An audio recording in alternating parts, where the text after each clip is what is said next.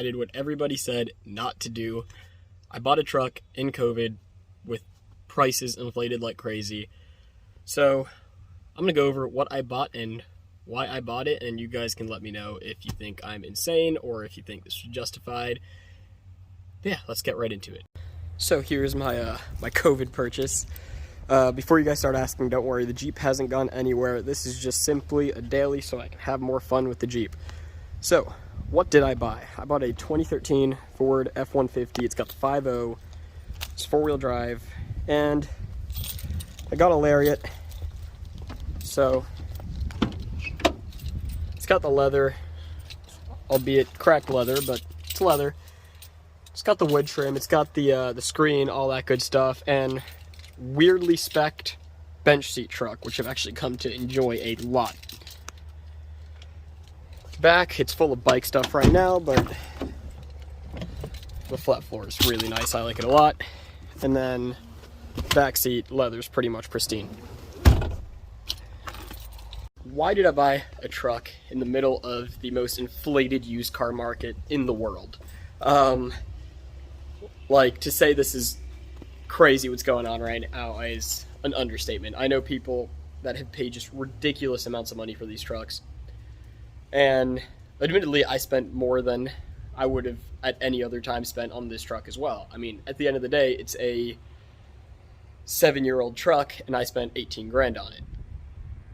Which doesn't sound too bad. I mean, I know people who have spent way more for very similar trucks. But the short answer on why I did it is because I had the misfortune of needing one. The Jeep being on tons and whatnot, it just wasn't practical anymore to daily drive, and I wanted something that could haul more than 2 people, more than 2 bikes. And I had been saving for about a year and a half. When I started saving, the intention was to buy 6.7, but right now you can't touch a clean 6.7 for under 40 grand. So I got an F-150. So, you know, I'll get into like tips for buying if you want to buy a new truck, or if you have to. I'll get into that. First, I want to get into sort of why I bought what I bought. So once I settled on getting an F-150, I would have loved an aluminum truck, a 2015 plus, but again, a clean, like, to get anything decent for an aluminum truck, you were spending at least 25 grand minimum. And I found this thing. So a lot of these trucks, being like the Lariats, King Ranches, and Platinums, people were asking between 25 and 30 grand, especially at dealers. And I had to, you know, look a lot. I probably spent 3 months looking for a truck, and I had some very strict criteria on what I wanted. And I'm going to go over each one of those, why I wanted that in my truck. A lot of it has to do with comfort, me being, you know, wanting something nice to daily drive, and how it's going to affect the value. So the main thing when I decided I wanted an F-150 was I wanted a 5.0. There were just no ifs, ands, or buts, because this first generation EcoBoost from 2011 when they released them. 2011 is when they started doing the 3.5 and the 5.0. 2011 to 2016, I believe, was the Gen 1 EcoBoost, and some of you may have heard of it, but cam phasers and timing chains were a massive problem, and the trucks I was looking at for the value was around the 100 to 150,000 mile area, which was right around when the timing chains like to go. So I didn't want to buy a truck and have to spend 5 grand on a timing chain job on it. So 5.0 was a must. 4-wheel drive was a must. 2 reasons. One, I've just always had 4-wheel drive vehicles. I like the comfort of knowing that if something were to happen, if I were to get stuck somewhere, I can send power to those front wheels. And the next thing is, once these values eventually do drop, all these 2-wheel drive trucks will go back to just being 2-wheel drive trucks. Right now, 2-wheel drive trucks really aren't selling that cheap. This same truck, 2-wheel drive, would have cost me 16 grand instead of 18.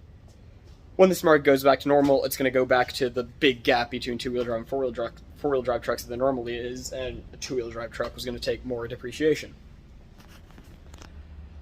The next thing I really wanted was crew cab. Again, same reason. Right now, everything's expensive.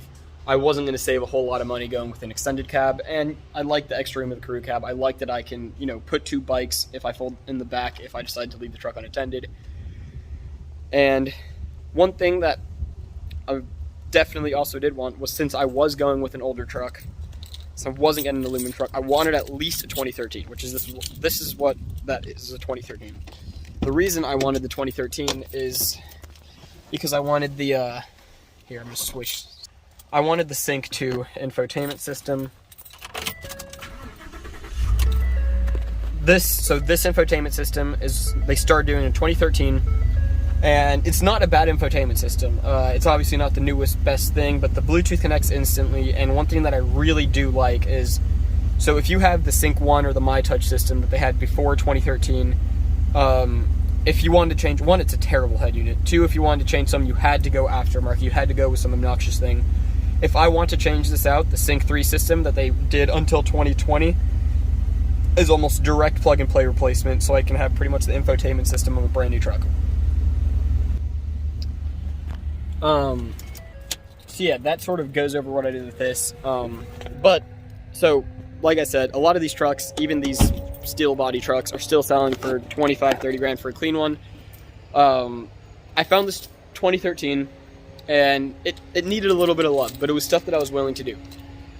So, I looked a lot. Again, didn't want to spend 25 grand for an 8-year-old truck.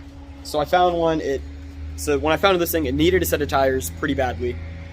And I didn't mind. I wanted to level it and put it on 35s anyways. So while I'm talking about that, I'll just go over what I've sort of done.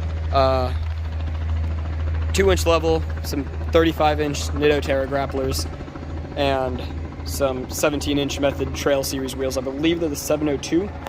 My own, but need tires. Again, that didn't bother me. I was willing to, you know, buy a truck that needed tires so I could spend a little bit less, because I was going to do that anyways.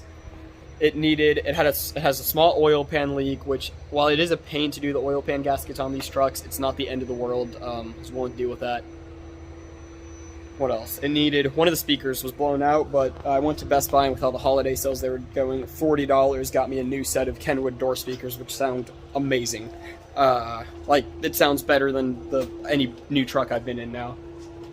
And other than that, that's about all that truck needed. Oh, the blend door actuator, which is super common on these trucks. That costs like 25 bucks. But yeah, so that's kind of why I did the crazy thing of buying a truck in these crazy prices. I didn't want to wait any longer. I'd already waited about 6 months hoping these prices were going to go down, and they were only going up. There's still a shortage. There's still, like, and with the inflation going the way it is, it doesn't, like, it is going to get better, but not quick enough that I'm willing to wait. I really needed a daily driver. So all in all, I really don't regret buying a truck during this time. I wish times were different, but at the end of the day, if through 2020 to 2022, the worst that was going to hit me was having to spend a little extra on a truck, I can live with that. And if you guys are in a position that I was, needing a truck, just keep looking. Like, the biggest thing is refresh everything just all the time. Like, every few hours, hit up all the listing sites. Auto Tempest is good if you want to go through a dealer. Not that great for private stuff. This truck had been listed for 2 hours when I hit the guy up. He was asking 20, and it was 17. We met a little bit closer to my side at 18. And yeah, so just keep looking. There are deals out there, even though it wasn't that much of a deal. It was a deal given the current market. And yeah, just accept that you're not going to get a steal. The steals aren't out there. I chased 2 that I thought were steals. One ended up costing me 4 hours of driving to find out the truck had been rolled back. And then another one. Also, check Carfax. A lot of people are rolling back trucks right now, trying to get as much money as possible for them. I found at least 7 searching. But yeah, all in all, don't regret it. Really happy. Should allow for a lot more adventures with the Jeep, a lot more adventures with the bikes. Super stoked with it. I've had it for about a month and a half now. Been extremely happy with it.